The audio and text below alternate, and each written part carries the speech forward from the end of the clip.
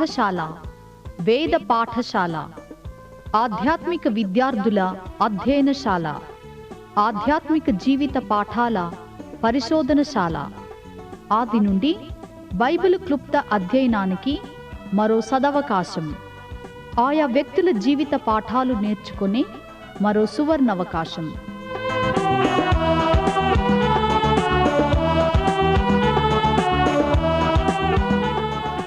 వినండి వేద పాఠశాల నూతన వర్తమానాలు.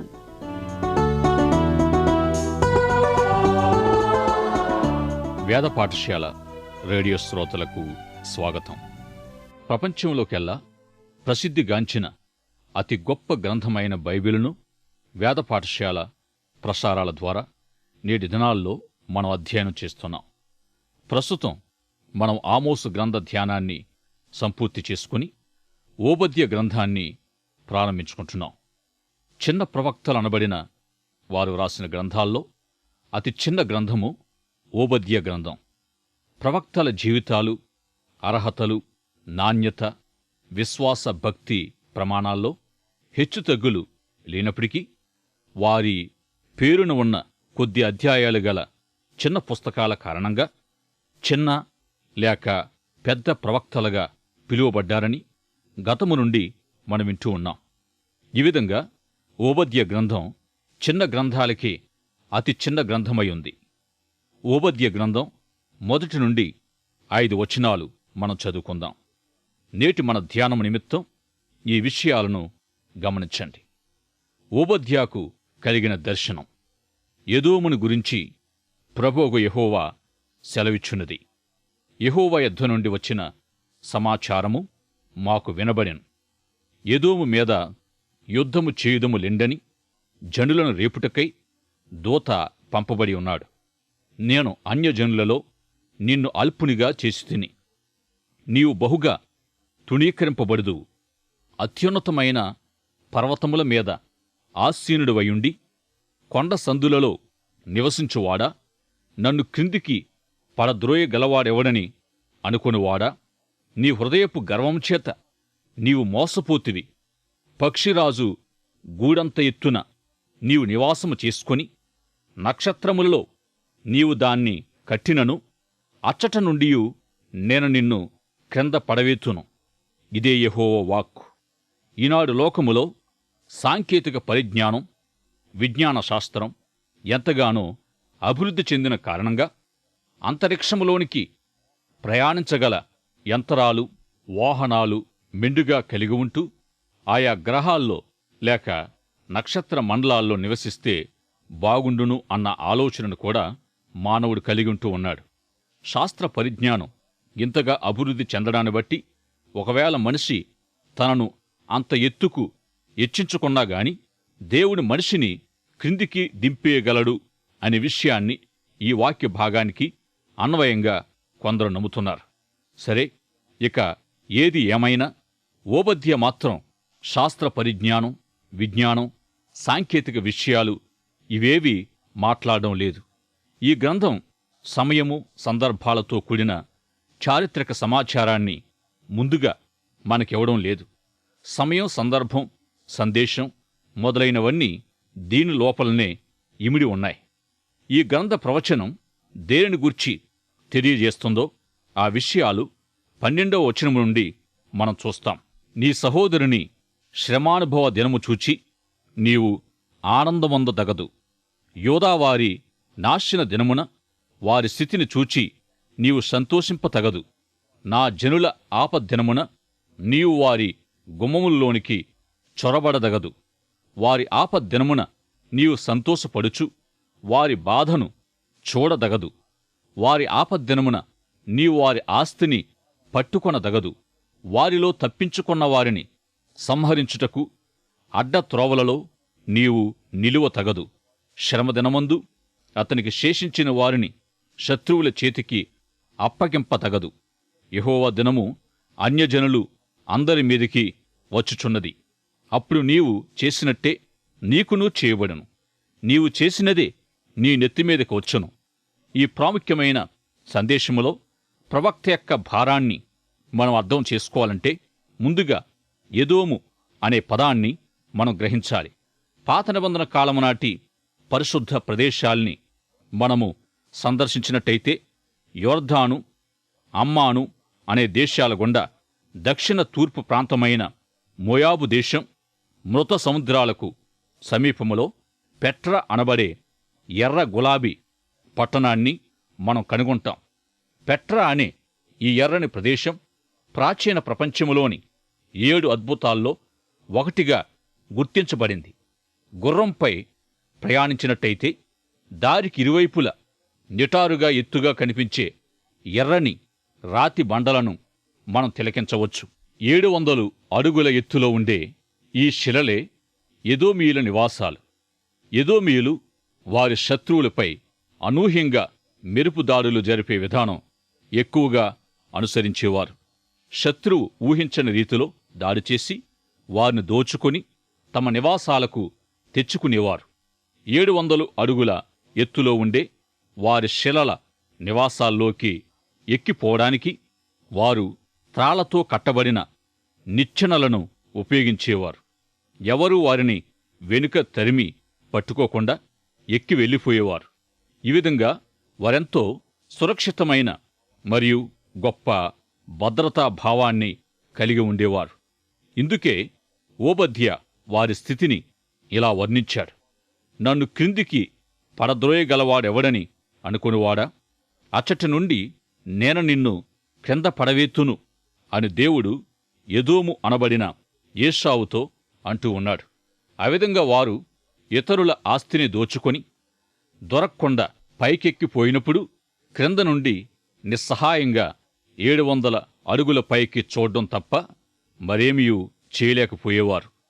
ఆ రాళ్లలోనే లేక ఆ రాళ్లతోనే మలచబడిన దేవతా మందిరాలు పెట్రా నగరములో ఉండేవి. ఓబద్య కాలము నాటి పెట్రా నగరపు విశేషాలన్నీ నేటికి అలాగే ఉన్నాయి. పెట్రా నగరము మరువబడిన గతం యొక్క మౌన పట్టణం. ఎందుకంటే ఇప్పుడక్కడ ఎవరూ లేరు. ఈ ఎదోమీయులు ఎవరు? ఒకసారి ఆదికాండములోనికి రండి. రెబ్కా గర్భంలో నుండి పుట్టిన కవల పిల్లల్లో ఒకడు ఎదోము అనగా ఏశావు, రెండోవాడు యాకోబు. ఈ ఇరువురు బాహ్య రూపములో, లక్షణాల్లో, విలువల్లో, వారి వారి నమ్మకాల్లో ఒకరికొకరు విభిన్నమైనవారు. ఇంతమాత్రమే కాదు, ఏశావుకు తన జ్యేష్ఠత్వపు హక్కుల ఎడల కూడా లెక్కలేదు. ఆత్మీయ సంగతులు, ఆశీర్వాదాల విషయం కూడా ఎలాంటి పట్టింపులు లేవు. దేవుని వాక్యం లేక క్రొత్త నిబంధన అతనిని భ్రష్టుడు, వ్యభిచారి అని పిలిచింది. ఇతడు సంఘానికి వెలుపలివాడై ఆత్మీయ విషయాల పట్ల శ్రద్ధ లేని వారికి సాదృశ్యంగా ఉన్నాడు. గిన్నెడు కూర కోసం జ్యేష్ఠత్వాన్ని అమ్మివేశాడంటే ఇతడెట్టివాడు? ఏశావు తమ్ముడైన యాకోబు పరిపూర్ణుడేమి కాదు. అనేక లోపాలుండొచ్చు. మోసగాడని కూడా పిలువబడ్డాడు. కాని ఆత్మీయ విషయాలు, పరలోక సంగతుల విలువ తెలిసినవాడే ఆత్మ సంబంధికి సాదృశ్యంగా ఉన్నాడు. వీరిరువురి జీవిత చరిత్రను మనం చూస్తే చివరిలో సఖ్యత లేక ఐక్యత కలిగిన వారుగాని కనిపిస్తారు. మనం ధ్యానించిన హెబ్రీ చరిత్ర ఎవరిని గూర్చినదయ్యుందో ఆ హెబ్రీలకు మూలపురుషుడు ఈ యాకోబే. అలాగే ఏశావుకు సంతతి కలిగింది. ఎదోమీయులు అనే జాతికి మూలపురుషుడు ఏశావు. పెట్రా నగర నివాసులు ఏశావు సంతతివారే. ఏశావు, యాకోబులు తాము వ్యక్తిగతంగా చివరి వరకు ఒకరికొకరు మంచిగానే ఉన్నప్పటికీ ఏశావు సంతతి యాకోబు సంతతి అయిన ఇశ్రాయేలీల్ని ద్వేషించారు. ఈ విధంగా ఏశావు సంతతివారు ఇశ్రాయేలు శత్రువులతో చేయి కలిపి శత్రువులకు సహాయపడేవారు. యూదులు, ఇశ్రాయేలీయులు చంపబడడం అంటే ఎదోమీయులకు ఎంతో సంతోషంగా ఉండేది. ఇశ్రాయేలీయుల ఎడల వీరు ఎప్పుడూ శత్రుత్వాన్ని కలిగి ఉండేవారు. రాజైన సిద్కియా కాలములో బబులోను యెరూషలేం పైకి దండెత్తిన సందర్భపు ప్రవచనమే ఓబద్య గ్రంథం. ఆ సమయములో బబులోను సైన్యాలు యెరూషలేమును ధ్వంసం చేసి అనేకులను చంపినప్పుడు యూదులనేకులు తప్పించుకొని లేక దాగి ఉన్నప్పుడు అట్టివారిని పట్టుకొని ఎదోమీయులు బబులోనీయులకు అప్పగించారు. కోడలి స్థలాల్లో కావలి వారిని నియమించి పారిపోతున్న వారిని పట్టించారు. కొందరినైతే స్వయంగా ఎదోమీయులే చంపివేశారు. ఓబద్యా 7 సార్లు ఈ గ్రంథములో తగదు తగదు అని వ్రాశాడు. పట్టుకొన తగదు, ఆనందమొంద తగదు మొదలైన 7 సార్లు ఈ మాటలు ప్రయోగించబడ్డాయి. అయితే ఎదోముకు వ్యతిరేకంగా దేవుడిచ్చిన తీర్పు యెరూషలేము పట్టబడిన 5 సంవత్సరాల అనంతరం నెరవేరింది. బబులోనీయులే ఎదోమీయులను జయించారు. అయితే వారిని పూర్తిగా తుడిచివేయలేదు. క్రీస్తు పూర్వం 163లో మక్కాబీయులు, క్రీస్తు శకం 63లో రోమనులు ఎదోమీయులను జయించారు. ఎదోమీయులకు యూదులంటే ద్వేషమని ఎరిగిన రోమా ప్రభుత్వం హేరోదును ఇశ్రాయేలుపై నియమించింది. ఈ హేరోద్ ఆ కాలములో నిరపరాధులను చంపించాడు. ఇట్టి క్రూర శత్రువును రోమా ప్రభుత్వం యూదులపై రాజుగా నియమించింది. క్రీస్తు శకం 70వ సంవత్సరములో రోమా చక్రవర్తి అయిన టైటస్ ఎదోమీయులను పూర్తిగా నాశనం చేశాడు. ఈ విధంగా ఓబద్య ప్రవచనం అక్షరాలా నెరవేరింది. నన్నెవడు క్రిందికి దించగలడు అని ఎదోము అనుకున్న దానికి దేవుడే లేక దేవుని ప్రజలే అనే సమాధానం ఇవ్వబడుతుంది. రోమాపత్రిక 8వ అధ్యాయం 28వ వచనములో వ్రాయబడినట్టుగా దేవుడు తన ప్రజలకు మేలులే చేశాడు. హెబ్రీ పత్రిక 12వ అధ్యాయము మరి ఇతర చోట్ల వ్రాయబడినట్టుగా దేవుడు ప్రేమించిన వారి ఎడల క్రమశిక్షణ చర్యను చేపడతాడు. ఎదోమీయులు పూర్తిగా నాశనం చేయబడడం క్రమశిక్షణకు మించినదై ఉంది. వారు పొందినది కేవలం దేవుని తీర్పయ్యుంది. అన్యజనులు పాపులు పాపముతో రాజీపడి కొనసాగగలిగినట్టు దేవుని ప్రజలకు వీల్లేదు. తన ప్రజలను దేవుడు తప్పక గద్దిస్తాడు. విశ్వాసఘాతకుల మార్గం కష్టతరమైనదని దేవుడు సెలవిచ్చాడు.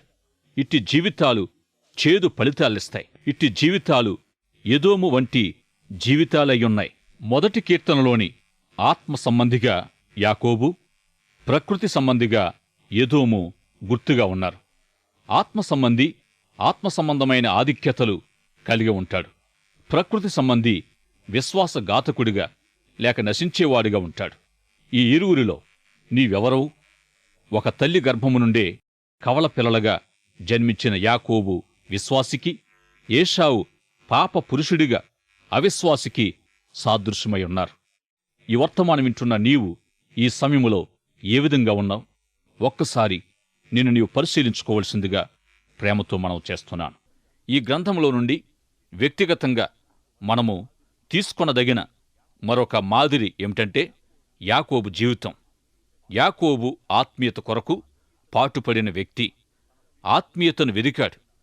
తన పేరుతో పిలువబడిన ఇశ్రాయేలీయుల తండ్రి అయిన యాకోబు విశ్వాసికి మాదిరి అయినట్టే అతని జనాంగము కూడా మనకు మాదిరి అయి ఉన్నారు. ఏ విధంగానంటే కొరింథీ మొదటి పత్రిక 10వ అధ్యాయం 11వ వచనములో ఈ సంగతులు దృష్టాంతాలుగా వారికి సంభవించి యుగాంతమందున్న మనకు బుద్ధి కలుగుటకై వ్రాయబడ్డాయని చదువుతాం. గనుక మంచి చెడులన్నిటికీ దేవుని బిడ్డలకు దేవుని బిడ్డలే మాదిరి.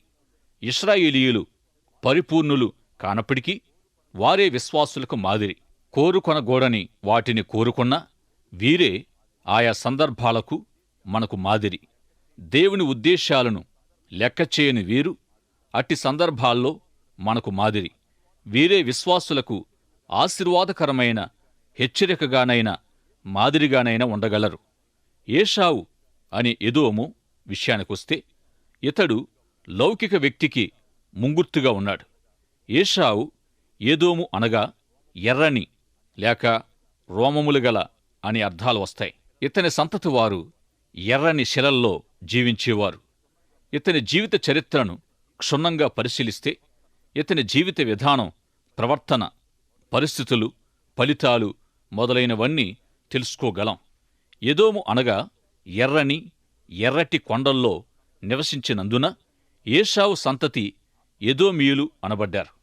ఆత్మ సంబంధమైన వాటిని వెదికిన ఆత్మ సంబంధి అయిన యాకోబు జీవితము నుండి కలిగిన ఫలితాలు వంటివే ఆత్మ సంబంధులకు ఆత్మ సంబంధమైన వాటిని వెదికేవారికి కలుగుతాయి. లౌకికమైన వాటిని వెదికేవారికి లౌకికుడైన ఏశావుకు కలిగినట్టివి కలుగుతాయి. ఏశావు యాకోబు అనే ఈ ఇద్దరు ఒకే గర్భము నుండి జన్మించినవారు. ఏశావు అనే ప్రకృతి తత్వం, యాకోబు అనబడే ఆధ్యాత్మికత, ఈ రెండు సహజంగానే ఒక మనిషిలో చోటు చేసుకుంటాయి. అయితే ఏ స్వభావము ఎక్కువగా పోషించబడితే అదే చివరికి గెలుస్తుంది. మనం ఆత్మీయతను పోషిస్తే ఆత్మ సంబంధులుగాను, లౌక్యాన్ని శరీరాన్ని పోషిస్తే శరీర సంబంధులుగాను ఉండగలం. రోమాపత్రిక 7వ అధ్యాయములో అపోస్తులుడైన పౌలు 2 స్వభావాలను గూర్చి, 2 నియమాలను గూర్చి మాట్లాడాడు. 1 ఆత్మ నియమం, 2 శరీర నియమం. ఈ 2 తత్వాల్లోనిది ఒకటైన పాప నియమం లేక శరీర స్వభావం వలన చేయవలసినది చేయలేక చేయకూడనిది చేస్తూ ఉండడం జరుగుతూ ఉంది. ఈ పాప నియమం అనేది శరీరమంతటిని తనకు అనువుగా మలచుకుంటూ చెరపట్టి ఈడ్చుకొని పోతూ ఉంటుంది. ఇది ఎల్లవేళలా ఆత్మకు విరోధంగా పోరాడుతుంది. ఇట్టి భయంకరమైన స్థితి నుండి నన్నెవరు విడిపిస్తారు అని ఆక్రోశించి యేసుక్రీస్తు ద్వారా మాత్రమే పాప నియమము నుండి విడుదల కలుగుతుందని పౌలు భక్తుడు కనుగొన్నాడు. ఎదోము అని పిలువబడిన ఏశావు, ఇశ్రాయేలు అని పిలువబడిన యాకోబు, ఈ 2 వ్యక్తిత్వాలు శరీర సంబంధికి ఆత్మ సంబంధికి పోలికలుగా ఉన్నారు. ఓబద్య గ్రంథము నుండి ఈ 2 జీవితాల ఆత్మీయత స్థితిగతులు ఫలితాలు మనం తెలుసుకోవచ్చు. ఆత్మ సంబంధమైన యాకోబు తల్లి గర్భం నుండియే పోరాట జీవితాన్ని కలిగి ఉన్నాడు. నీవు నన్ను దీవించే వరకు నేను నిన్ను విడివనంటూ పోరాడాడు. పోరాడి దీవెన పొందాడు. అతడు ఒక దెబ్బ తిన్నప్పటికీ గెలిచాడు. మనుషులతోనూ దేవునితోనూ పోరాడి గెలిచితివని దేవుడతనికి ఇశ్రాయేలు అని పేరు పెట్టాడు. దేవుడు నీ నుండి నా నుండి కూడా యాకోబు ప్రార్థన వంటి ప్రార్థన కోరుతున్నాడు. మనలో ఉన్న పాప నియమాన్ని, శరీర స్వభావాన్ని దేవుడే మన పక్షంగా జయించాలని, మనల్ని మార్చి నూతన పరచడానికి ప్రభువే మనల్ని ఎబ్బోకు రేవుకు నడిపించాలనే ప్రార్థన మనం కలిగి ఉండాలి. ఏశావు యాకోబు అనే 2 స్వభావాలను మనలో మనము కలిగి ఉంటున్నాం. అయితే యాకోబులో నెరవేర్చిన విషయాలే విశ్వాసిలో కూడా నెరవేర్చడానికి దేవుడు కొన్నిసార్లు ఎబ్బోకు అనుభవానికి మనలను తీసుకుని వెళ్తాడు. ఏశావుకు కలిగిన అనుభవాలు మనకు కలగాలని దేవుడు ఉద్దేశించలేదు. ఎస్తేరు గ్రంథములో వలనే ఓబద్య గ్రంథములో నీవు చేసినదే నీ నెత్తిమీదకి వస్తుంది అనేది ముఖ్య సూత్రంగా ఉంది. పర్యవసానాల విందు లేక ప్రతిఫలాల పంటను ఓబద్య గ్రంథములో మనం చూస్తాం. ఏశావు యాకోబు అనే 2 గొప్ప జనపదములు ఒకే తల్లి గర్భము నుండి వచ్చినవి. ఆదికాండములో ఏశావు ఒక పూట కూటి కోసం జ్యేష్ఠత్వపు హక్కును అమ్మివేయడం మనం చూస్తాం. చాలామంది యవనస్తుల జీవితాల్లో ఈ విధంగా జరగడం లేదా? దేవుడు మిమ్మును పిలిచిన పిలుపును విడిచి ఇష్టమైన వ్యక్తిని వివాహమాడి మంచి ఉద్యోగాలు చేసుకుంటే అన్నీ కలిగొండొచ్చని దేవుని పరిచర్యను విడిచిపెట్టడం లాంటిది. ఏశావు తన హక్కును అమ్మివేసినట్టే కాగలదు. ఒకవేళ మనలో ఎన్ని లోపాలు, పొరపాట్లు, తప్పులు ఉన్నా ఆత్మ సంబంధమైన వాటిని లేక దేవునిని మనం వెదికినప్పుడు యాకోబు వలె మన జీవితాలు ఆశీర్వాదకరంగా మార్చబడగలవు. ఈ విధంగా మన జీవితాలు దేవునికి మహిమకరంగా ఉండగలవు. దేవుని వెదకే వారి జీవితాలు లేఖనానుసారంగా మారగలవు. ఓబద్య గ్రంథ ప్రవచనములోని చివరి విషయాలు నూతన యెరూషలేము లేక దేవుని రాజ్యానికి పోలికగా ఉన్నాయి. ప్రియ సోదరుడా, సోదరి, లౌక్యముతో నింపబడి ఇంకా లోకాన్ని వెదుకుతూ మీరు జీవిస్తూ ఉన్నారేమో. దయచేసి దేవుని వెదికే ఆత్మ సంబంధులుగా ఉండాలని, ఎట్టి లోపాలు అవకతవకలు కలిగి ఉన్నప్పటికీ దేవుడు మీ జీవితాలను సరిదిద్ది యాకోబును దీవించినట్టుగా దేవుడు మిమ్మల్ని దీవిస్తాడు. నీవు ఆత్మ సంబంధిగా జీవిస్తే ఆత్మ సంబంధమైన ఆశీర్వాదాలు యాకోబు పొందినట్టుగా నీవు పొందుకుంటావు. ఏశావు వలె ప్రకృతి సంబంధిగా జీవిస్తే దాని పర్యవసానం, ఫలితం నాశనం తప్పదు. మీలో ఉన్న శరీర నియమాన్ని, పాప నియమాన్ని ఎదిరించి జయించి ఆత్మ నియమం, ఆత్మీయత కలిగి జీవించాలని కోరుకుంటూ ఉన్నట్లయితే ఇప్పుడే యేసుక్రీస్తుకు నిన్ను నీవు సజీవ యాగంగా సమర్పించుకొని ఆత్మ సంబంధిగా తీర్చబడుమని ప్రేమతో మనవి చేస్తూ ఉన్నాను. ప్రార్థన చేసుకుందాం. ప్రార్థనలో ఏకీభవించండి. ప్రేమాస్వరూపువైన మా పరమతండ్రి, ఇంతవరకు యాకోబు, ఏశావుల స్వభావాలను మా ముందుంచి మా శ్రోతలను హెచ్చరించినందుకు వందనాలు చెల్లిస్తున్నాం. మీ వాక్యానికి విధేయులై తమ శరీర స్వభావాన్ని, పాప స్వభావాన్ని విడిచి ఆత్మ సంబంధులుగా తీర్చబడాలని ఆశపడుచున్న శ్రోతలందరినీ దయతో వారిని క్షమించి మీ బిడ్డలుగా ఆశీర్వదించుమని, ఇక నుండి ఆత్మ సంబంధమైన విషయాలను వెదికే వారిగా చేయమని, మీ ఆత్మ ద్వారా మా ప్రియులను నూతనపరచుమని, పాప నియమాన్ని ఎదిరించుచు మీ కొరకు జై జీవితాన్ని జీవించుటకు, అనేకులకు యాకోబు వలె ఆశీర్వాదకరంగా ఉండుటకు సహాయం చేయమని, మీకు మహిమకరంగా మా ప్రియ శ్రోతల జీవితాలు ఉండుటకు మీ శక్తిని దయచేయమని, ఈ యుగాంతమందున్న మమ్ములను ఇంకా ప్రేమిస్తున్నందుకు, మాలోని ఆత్మ బలహీనతలను మాకు చూపిస్తున్నందుకు, మమ్ములను క్షమిస్తున్నందుకు మహిమ ఘనతలు సవినయంగా సమర్పిస్తూ, మా కొరకు త్వరలో రానయుంటున్న యేసు నామములో ప్రార్థిస్తున్నాము పరమతండ్రి. ఆమెన్. మీరింతవరకు వేద పాఠశాల తరగతుల్లో బైబిలు వ్యక్తుల జీవితాల నుండి కొన్ని పాఠాలు వింటూ ఉన్నారు. ఈ ఆధ్యాత్మిక పాఠాలు మీ వ్యక్తిగత, కుటుంబ జీవితాలకు ఎంతో సహాయపడగలవని భావిస్తున్నాము. మీరు పొందిన మేలులు మాకు వ్రాయండి. ఈ సందేశాలు మరింత సులభంగా అర్థం చేసుకోవడానికి సహాయకరంగా ఉండుటకు ఒక ఉచిత బైబిల్ గైడు మీకు పంపించగలం.